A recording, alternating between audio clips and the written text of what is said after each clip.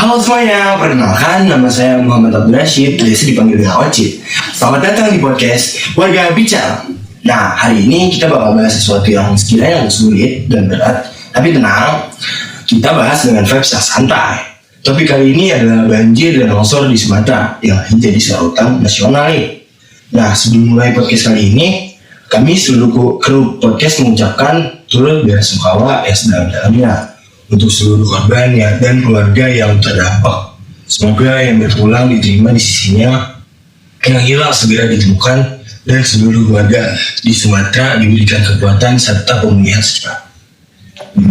Tapi di tengah situasi sedih ini, penting banget nih bagi kita tetap pegang fakta yang akurat, supaya informasi yang tersebar membantu, bukan buat kacau. Nah, hari ini gue juga gak sendirian guys. Nah, kali ini gue ditemenin sama... Halo semuanya, kenalin nama gue Akila. Halo semuanya, gue Gita. Halo, gue Samsar. Halo, gue Farah. Halo, gue Danu. Oke guys, sebelum masuk teori jurnalistik dan lain-lain, kita rekap dulu kejadian berita ini di Sumatera biar pendengar pada paham. Gitu, boleh tolong dijelasin? Boleh Cip. Jadi, menurut laporan dari sumber detik BNPB, banjir dan longsor di Sumatera ini menyebabkan 593 orang meninggal dan 498 orang dinyatakan hilang. Banyak rumah warga yang terdampak ini rusak parah akibat bencana alam tersebut. Cip. Nah, gue sekedar nambahin aja nih ya, Cip, untuk wilayah Ciboga itu sendiri, mengutip dari sumber Detik dan Kompas, itu ada sekitar 44 orang itu meninggal dunia, 14 orang hilang, dan kurang lebih itu 231 rumah itu terdampak. Jadi benar-benar keadaannya itu di sana kacau banget. Dan penyebabnya itu karena hujan yang deras, kondisi tanah yang nggak stabil, sama tanah yang longsor. Saya tuh awal lagi nggak bisa rendam, jadi sama. Oh, yang terdampak tuh chaos banget ya. Iya, Benar. Nah guys, sekarang kita masuk ke bagian yang serius nih, tapi yang bikin tegang.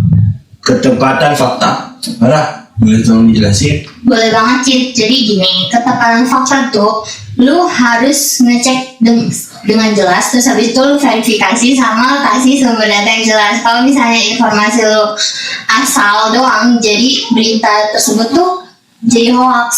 Bener banget, kadang orang mau kelihatan paling update, padahal dia menyebarkan info yang salah nih. Nah, itu bisa jadi hoax yang bahaya banget, Cip. Berarti berita yang dilebih-lebihin itu bisa jadi hoax ya? iya. Nah guys, gue ada mini game time nih.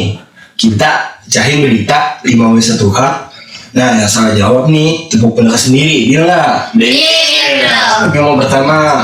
Gue duluan deh, gue wattnya ya. Wattnya itu banjir dan longsor di Sumatera. Gue punya warga yang terdampak itu BNPB, BPBD, Polres, dan Tim SAR. Gue-nya ya. Terjadi sekitar 24 sampai 25 November 2025. Gue ya. Bencana tersebut terjadi di 3 provinsi, yaitu Provinsi Aceh, Sumatera Utara, sama Sumatera Barat.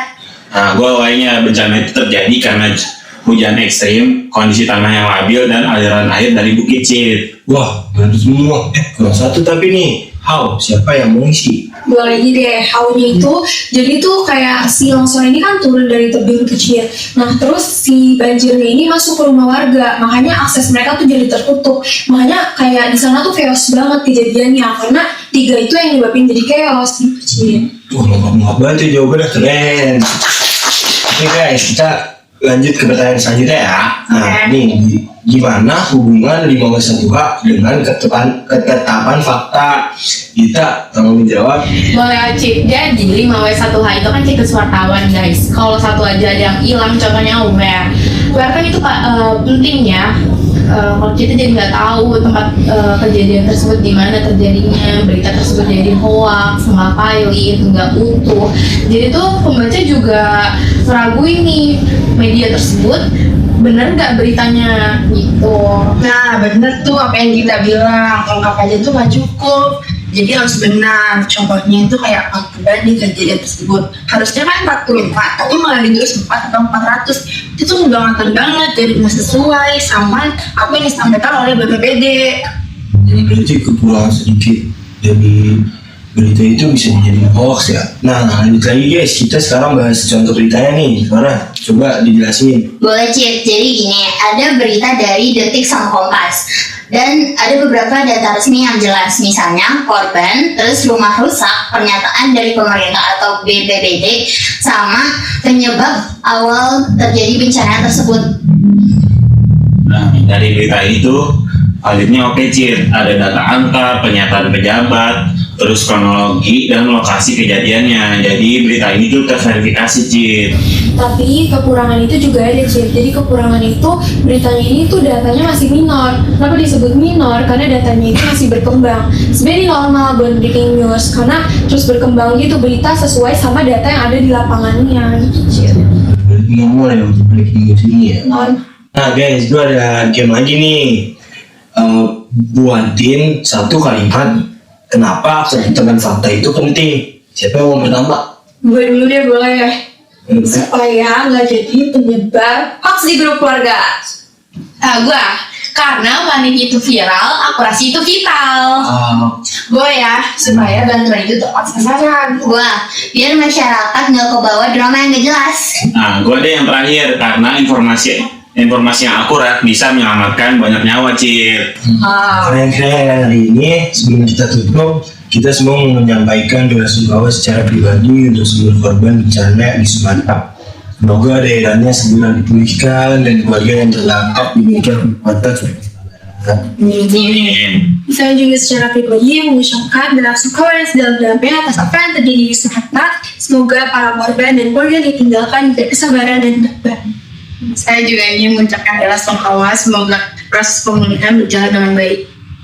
Berduka untuk seluruh korban, semoga berulang diterima di sisinya dan keluarga ditinggalkan diberikan dengan ikhlas. Saya juga turut berbela-sungkawa sedalam-dalamnya untuk warga di Sumatera. Semoga bencana ini cepat berlalu.